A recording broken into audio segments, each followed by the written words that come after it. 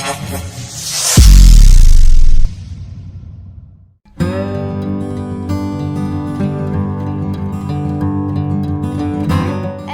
Community के लिए एक अलग सेल शुरू करने वाला देश का पहला राजनीतिक दल बन गई है राष्ट्रीय कांग्रेस पार्टी, मतलब राकांपा। मुंबई में सोमवार को बारामती से सांसद सुप्रिया सुले और पार्टी अध्यक्ष जयंत पाटिल ने मुंबई की ट्रांसजेंडर प्रिया पाटिल को इसका अध्यक्ष बनाया है। विरार स्टेशन के प्लेटफॉर्म पर 1 साल तक रही प्रिया पाटिल ने अपने पॉलिटिक्स तक के सफर को शेयर किया है। 3 जुलाई 1987 को मुंबई से सटे वसई विरार में एक लड़के के रूप में जन्मी प्रिया का बचपन कठिनाइयों में बीता।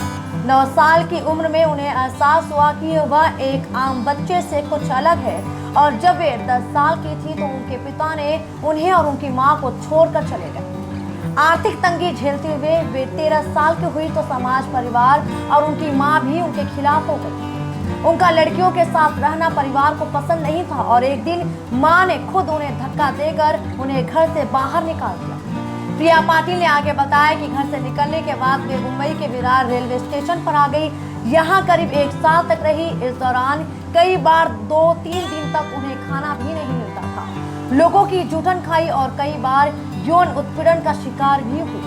1 साल तक उनके पास सिर्फ एक ही कपड़ा था और नहाने के बाद उसके सूखने तक वो बिना कपड़ों के झाड़ियों में छिपी रहती थी।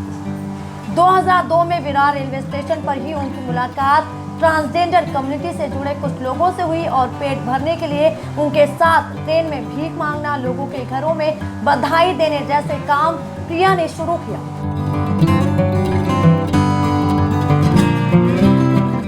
प्रिया पाटिल का सपना संसद में पहुंचकर अपने समुदाय की आवाज को बुलंद करने का है।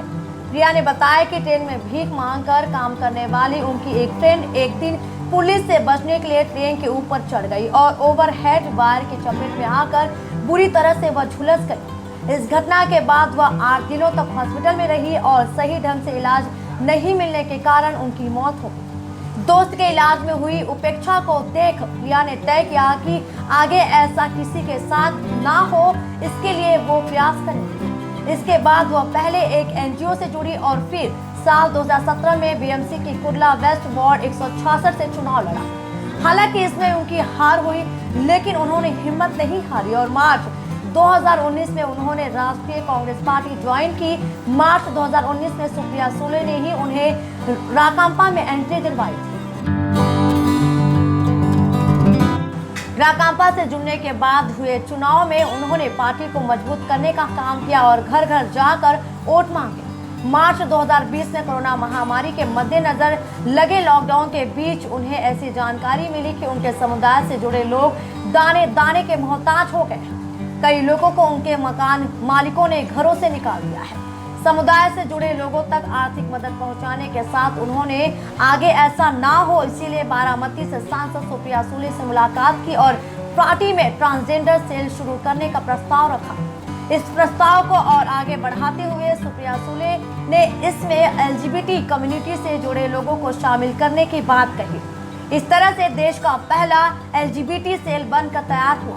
प्रिया के साथ एलजीबीटी समुदाय से जुड़े 15 अन्य लोगों ने भी इस सेल को ज्वाइन किया है। प्रिया बचपन से लाल बत्ती की गाड़ी में घूमना चाहती थी। अदालत के फैसले के बाद वह संभव ना हो सका, लेकिन वह चाहती है कि एक दिन अपने समुदाय की आवाज बनकर वह विधानसभा या संसद से अपनी बात रख सके। प्रिया का कहना है कि ऐसा करने के पीछे यही मकसद है कि इस कम्युनिटी के लोगों को भी बराबर का इस समाज में अधिकार मिले। अगर आपको हमारी न्यूज अच्छी लगे तो वीडियो को लाइक करें, चैनल को सब्सक्राइब करें और बेल आइकॉन दबाना बिल्कुल भी ना भूलें, जिससे कि आपको देश और दुनिया की सारी खबरें